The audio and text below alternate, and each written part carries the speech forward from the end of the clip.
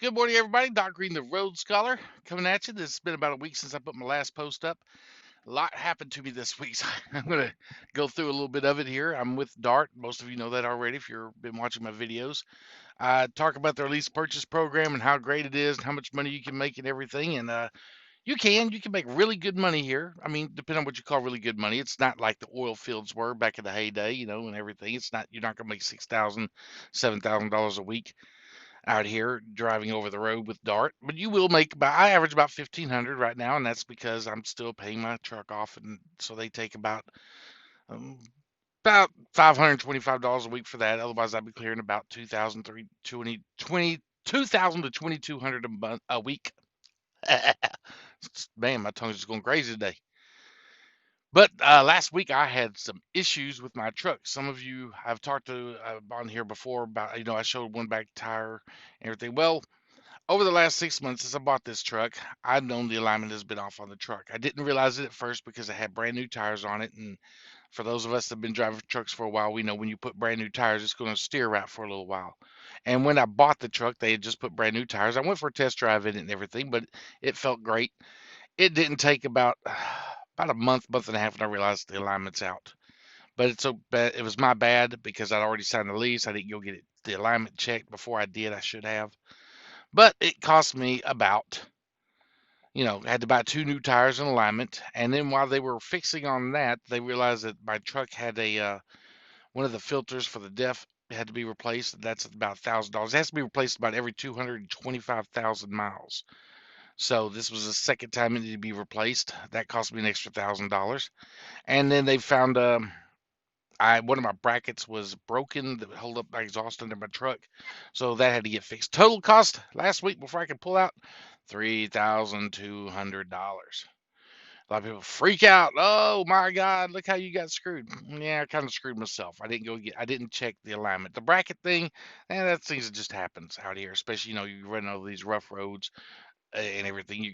Things just happen on like that. But as far as the filter goes, yeah, I didn't even know that filter existed. I don't like these DEF trucks, but it's where the world's going. So I didn't even know about the filter before I bought the truck, or I would have had them change it because my truck was already at 425,000, which means I only had 25,000 miles left before it needed to be replaced. I didn't know the filter existed, but hey, lesson learned. But anyway, so yeah, it cost me about $3,000 before I could head out. And then, but my truck, I went in home last Friday. My truck was supposed to be ready by Monday. Of course, they found some issues wrong with it. It took till Wednesday before they finally got it out of the shop. Not their fault, just some things that happened on the truck, and that's how life goes. But anyway, I started out from Dallas. The first trip, kind of got messed around on it. Not Dart's fault. They sent me down to a place to drop a trailer, pick up a load that was supposed to go 968 miles. It had been a little over 1,000 miles total by the time I did the drop, picking up the trailer, got me empty loaded miles. Got down to the Target distribution center, not redistribution, and the hinges on the trailer were broken. Now that's kind of, I would say that's things that happen, but here was the problem I had with Dart on that, and it's the first time I had an issue like this with Dart. I found out from the dispatcher at the distribution center that someone else had already been out for that truck earlier that day. Dart already knew there was a broken hinges on that trailer and still sent me down there. Oh well. So anyway, in waiting for Dart to figure out what happened to everything, that took hours for them to figure it out. Even though I reported back, trailer hinges are broke. I don't know what to do, so I was getting ready to take the trailer back to the yard, but they told me to wait. They were going to figure it out. So I didn't. I shut down. I waited. So a day that I could have been home, I wasn't. I was messing around with waiting Dart. So ended up they said about 8 hours later, go ahead and drop the trailer there, and we'll get you something going. I'm not going to sit there and start my rest back over by going in there and dropping the trailer that night, coming back out. No, I knew I was going to wait till the next morning anyway for my fleet manager to get in to get me a good load. So I just went and spent the night down there, dropped the trailer in the morning, drove back to Dart. Problem number two, heading out. I get to Dart, they're supposed to have a load ready for me to go. I go to hook up to the trailer, it's got a kingpin lock on it. So I go to the maintenance shop and they say, oh, that trailer's in for maintenance. There's a second load Dart gave me, broke trailer, or something's wrong, it needs maintenance. So I call my fleet manager. Now here's why I like my fleet manager so much, Toy. over at Dart Lancaster. She immediately got on the phone and she explained to them, this is the second time you sent this driver after a load that you already should have known was not able to move. She immediately got, I mean, it took her, I say immediately, it took her about 30 minutes. They got me a new load. I went and picked up my load and headed up to Wisconsin. It took me 2 days to get up there. Of course, everyone knows that, dropped the load, um, picked up my next load, or yeah, and now I'm fixing to drop it down here in Indiana, and then I'm going to go from here over to Missouri. They've already got me pre-planned on that.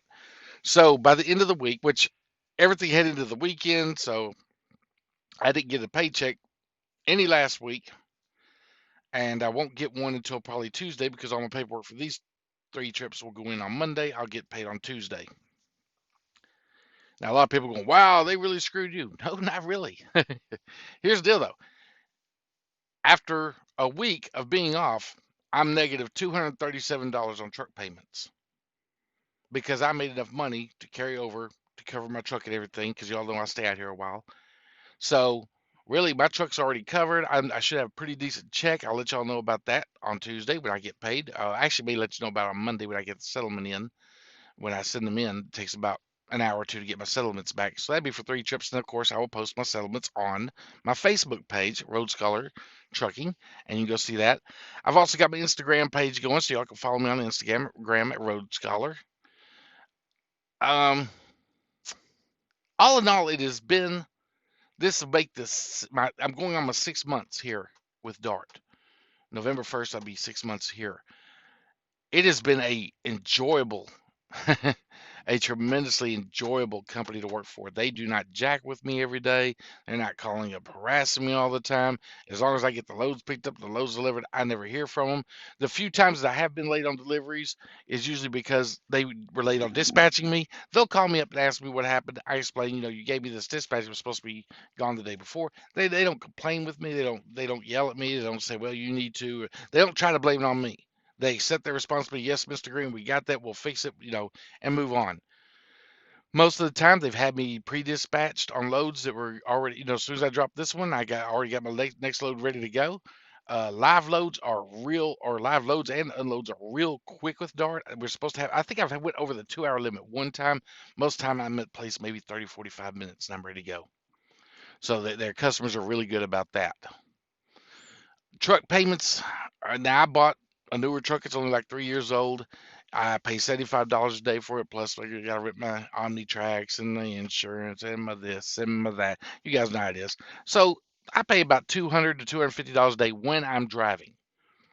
Now I want that to be clear because that also includes my fuel. When I'm not driving, my payments run about $100, a little over $125 a day. Uh, Maybe a little bit more than that. I'd break it down, look at, but y'all see my statements on my trucking page. So Road Scholar Trucking on Facebook, you can go look at my statements. You see how much they're charging me for everything. So but I pretty much guarantee the first 250 miles I drive during the day belongs to Dart for the next 2.5 years because that's when my lease is up. Um, it's been really good. I gotta say, it's been really, really good out here. They've kept me running. I'm able to make all my bills. I'm able to keep rolling. I've went home most of the time. I come back out here within a day to 2 days. I'm already caught back up on my lease payments that I was, that I missed during my time off, and my money starts rolling back in again. I've been with companies out here such as U.S. Express, and I am dang sure not. Most of the time, you'll hear me very rarely talk bad about another company I was ever with. Matter of fact, you really won't. I'll tell you what happened, and most of the time the companies rectify the problem, at least with me. Other drivers say they have it. I don't know. I tell you my experience. U.S. Express, horrific. The worst experience I've ever had truck driving. Of all the companies I've driven for, U.S. Express was the worst. And the thing is, a lot of those guys that are on the lease purchase with U.S. Express, I didn't do lease purchase with them at first because I wanted to see how well they actually kept us running. They didn't. I would literally run for 24 hours, drop, and have to wait a full day before I could get another load. They do Eagles 300 or 400 miles. I have to wait another full day and to unload, and then another full day to get reloaded. There were times where I did not even bring home a $200 check. And I'm not talking about one or two times. I'm talking about several times. many times with US Express. So I had to quit that and get back out here because my wife wasn't playing that game. My wife can't pay the bills and she's putting a foot in my backside and I'm not having it. So I had to leave them. They were the worst company out here. Their trucks, they were getting them in and out of the shop would take a week or more. It was just they could never keep the dispatches right. They uh they would overrun us because we were doing that COVID thing where we were excluded from hours, and even though I'm tired, they still try to keep me rolling, and just a bad company in general. I mean, really, really bad company. I don't know. I talked to a few drivers over there, and out of all the drivers I talked to personally at US Express, only one of them thought it was a good company. And I guess that's not a good record for me to go with a company. Dart, the company I'm with now, I've talked to a lot of drivers out here. I've talked to ex-drivers out here. I've talked to ex-drivers at Dart that have came back to Dart. I've talked to a lot of ex-drivers that are with other companies now, and one of the main reasons that I hear that they quit is something either happened in their family or something, and they had to, wanted to be closer to home. So other than that, I really haven't heard too many bad things about Dart. Every once in a while on Facebook, you'll see one driver complaining, but it's not more than one episode of him complaining about the company. And it's usually whenever he quits or he leaves, he gets frustrated, and that's about it. With the really bad companies out here, you hear it all over Facebook, YouTube, the internet, whatever, TikTok, Ricky Rick, whatever the new thing is this week. Constantly hear bad about these companies that are bad. US Express is one of them. So I do not. That's how I judge a lot of the companies whenever I'm getting advice on and giving advice on who to drive for. But anyway, I just want to let y'all know about that $3,000 worth of repairs. And the money was in my account, and I still got money left over. I've so far put about $5,000 into this truck, probably a little bit more than that. And I had the money. I actually it was more than that, but I've had the money, and now I can pretty much say everything is fixed on my truck. So for the next 6 months I'm driving, you're going to hear exactly how the maintenance fee is working for me and how much money I have in that at the end of the year and everything. But luckily, I pulled in there. They took they already had the maintenance money they took out that was in the account. I still took home my good money after that. So I pull in the shop, and like the guy told me, he even called me up to ask, "Do you want to get this fixed?" Because most drivers who haven't been there that long probably don't have enough money in their account, and they'll set you up on a thing where you repay it and everything. I do not go back into debt for any reason. You guys know that if you've been watching my channel, I'm not doing that debt thing. I'm not doing credit. I'm not, you're not going to fix my truck and take it out on payments. I'm not going into debt to go to work. So luckily, but not luckily, it wasn't luck. I earned the money that was in my account to get my truck fixed, and I still got like 1,800 in there or something like that, and more now because I've been driving more this week. So not a lot more, but it's more. So I do not mind them taking that money out, guys.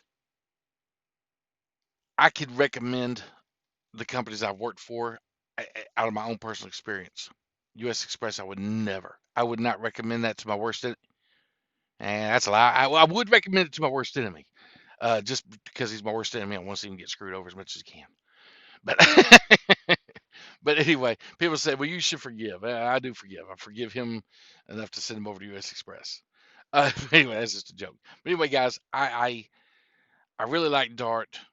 I really liked a lot of the companies, and you'll see I post on here. I had a few problems with some companies, but usually it was after I sit back and rest about a couple of days, I realized it really wasn't the company, it was me.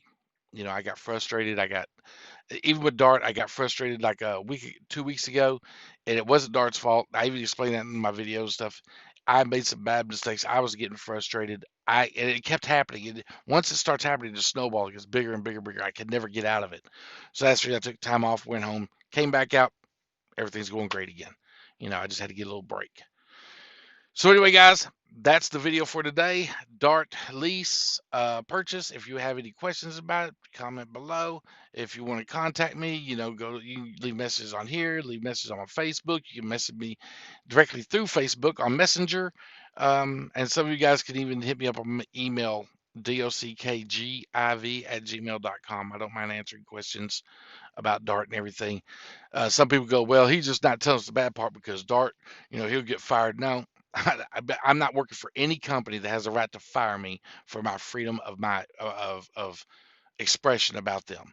If they're that bad and that worried about their reputation where they can fire me for putting a bad video out about them, then I don't work for them anyway because there's something they're trying to hide if they ever put that in the agreement with me. So no, I'm not afraid of being fired by Dart, or any other company. Even the company I had a real bad headache with, we went head to head, and that video went viral about a Merrifield, and when they were screwing us over and everything, and that one went viral. And I had to pull it down because so much stuff started coming into me. That's not what I did the video for. I was doing the video to inform drivers that we had to stand up to the company to get our money and stuff. And we all worked it out. We all got paid and everything, and we had to do a lot. But they didn't fire me over it. I'll tell you that much. Merrifield, you can say a lot about these companies. I've never had a company fire me for putting something bad about them when it's true. Now, if I'm lying on the company or all I'm doing is constantly blaming everything on the company and it's my fault, then yeah, I can see them get a little peeved about that. But even the companies have to go back and look at my videos. Merrifield went back and looked at my videos and realized I talked great about them up until that one incident, which snowballed into a huge, big, huge thing on the oil field. Man, that got bad. We almost unionized the oil fields over that. It was bad. The only reason we didn't, I believe, is because I, I I finally left. I mean, I was getting too many calls. I was getting calls from truck drivers dealing with things. You know what? That's a whole different video. But anyway, yeah, we almost unionized out there. But anyway, guys, that's it for Dart. I remember I'm going to do probably a video after this about the oil field and what happened out there, because I don't plan on going back to the oil fields for a while. The money would have to go up way high for me to go back out there. So I'll do another video on that in a minute. But anyway, guys, y'all have a good one. Thanks.